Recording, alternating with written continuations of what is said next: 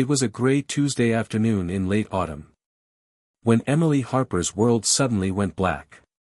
The harsh strip lights of St. Michael's Hospital swam above her as she crumpled in the corridor. Just outside the ICU. Her body had finally given up. The kidney disease that had been stealing her life.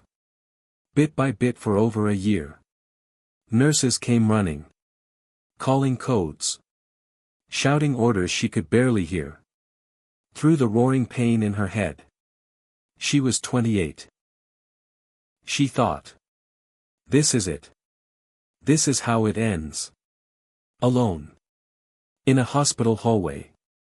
Still number 312 on the transplant list. What Emily didn't know. Only 20 feet away. Leaning against the wall outside his mum's room. Stood James Carter. 32. Structural engineer. He'd taken the week off work. Because his mother had just had hip replacement surgery. He saw the chaos. Saw the young woman with chestnut hair.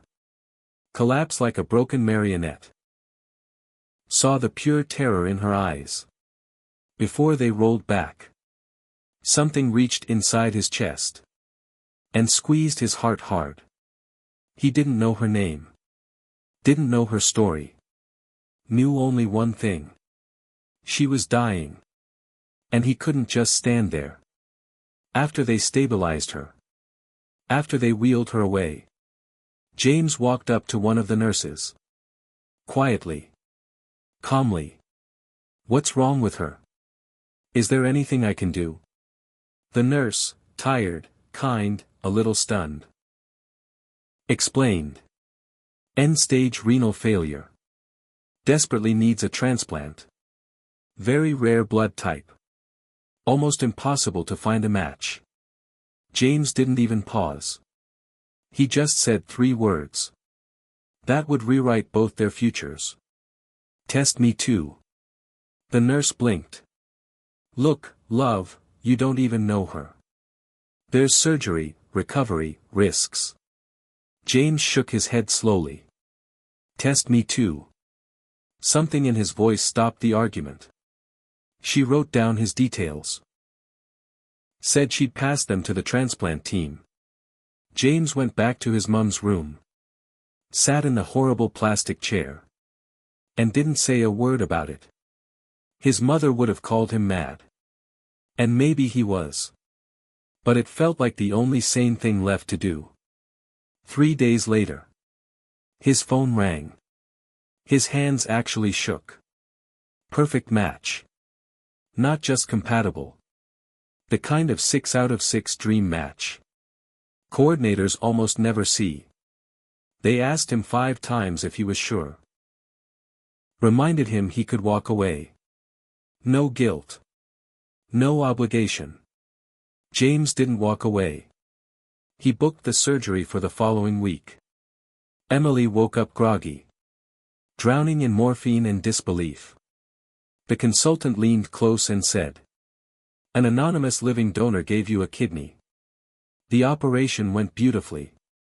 You're going to live, Emily. She cried for almost 90 minutes straight. Ugly, grateful, shaking sobs. Thanking a stranger she would never be allowed to meet. Hospital rules were strict. Total anonymity. No names. No messages. No thank yous. All she could do was lie there. And wonder. What kind of person gives away a kidney? To someone they've never even spoken to. James healed 2 floors up. Told everyone it was an appendectomy. Nothing major. Few weeks off work. His mum knew he was lying. She saw that quiet, stubborn light in his eyes. The same one he'd had at 16. When he'd spent his entire savings. Buying Christmas dinner for the family next door. Every day he quietly asked the nurses. How's the woman doing, the one who got the kidney? They smiled. She's doing really well. The new kidney's working perfectly. That was enough. On discharge day. He walked past the transplant ward. He told himself he wouldn't look. But his feet turned anyway. Emily was sitting up in bed. Reading. Cheeks pink again for the first time in months. Their eyes met. Just for a second. James gave her the smallest, softest smile. A secret just for him. And kept walking. Emily felt something flutter hard in her chest. She didn't know why. She just watched the tall man with gentle eyes disappear down the corridor. And felt important somehow. For weeks they kept missing each other by minutes. His clinic appointments, Tuesday mornings. Hers. Tuesday afternoons. Until the 7th week. His bloods were slightly off, nothing serious. So he was still waiting when Emily walked in. She sat 3 chairs away. Filling out forms. He stole glances. This woman was breathing, really breathing. Because of a split-second decision he'd made in a hallway. He wanted to speak. Couldn't find the words. A nurse called her name. Emily stood. Glanced back. Caught him looking, then quickly away. Like a schoolboy caught staring. She smiled to herself. Something about him felt familiar. It was her consultant who accidentally let it slip. During week 8. Amazing how well you're both doing. I saw your donor this morning, his recovery is outstanding. Emily's heart slammed against her ribs. He comes here too. The doctor winced. Realized he'd said too much. Tried to backtrack. Too late. Emily started arriving early. Sat in the waiting room with an unopened paperback. Watching faces. Telling herself. I just want to see him once. Just once. 3 more weeks passed. Then he walked in. 15 minutes early. Moving carefully.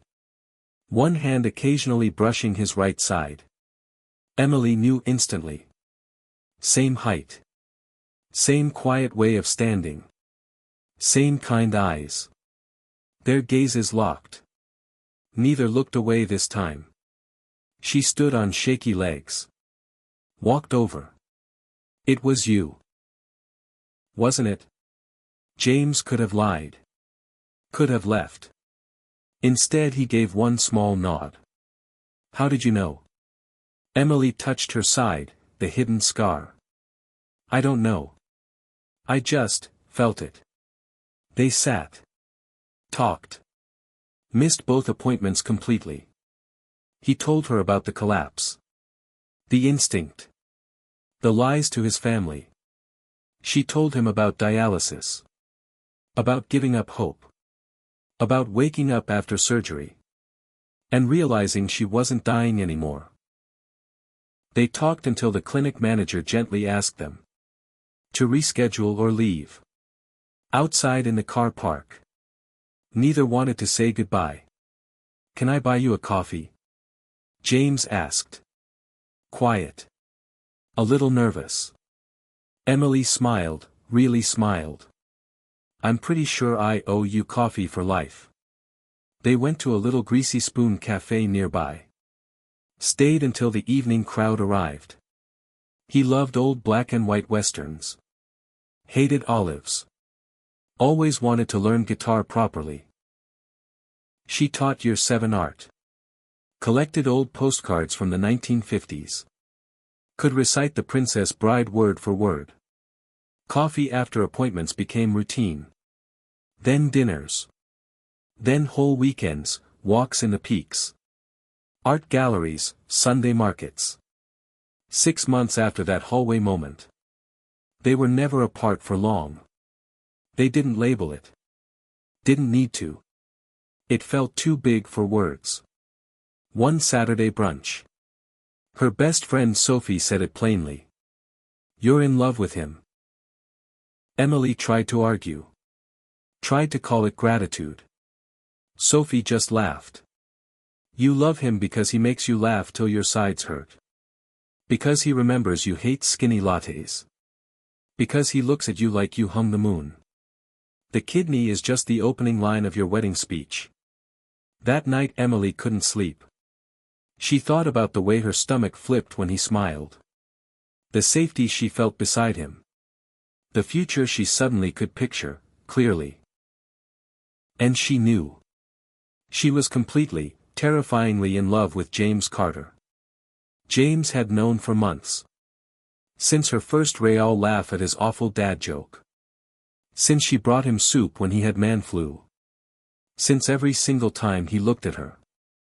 And thought, how did I get this lucky? But how do you say, I love you? When your whole story started with saving her life? He still hadn't found the words. When, exactly 1 year after her transplant, Emily knocked on his door on a Tuesday night. Tears already falling. What's wrong? He pulled her inside fast. She laughed through the crying. Nothing's wrong. Everything's too right. And I'm so scared because I love you, James. I'm in love with you. And I don't know if that's fair.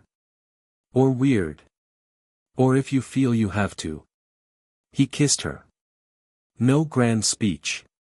Just instinct. Again. She melted against him. Hands fisting his shirt. When they finally parted. They were both crying. I love you too, he whispered against her hair.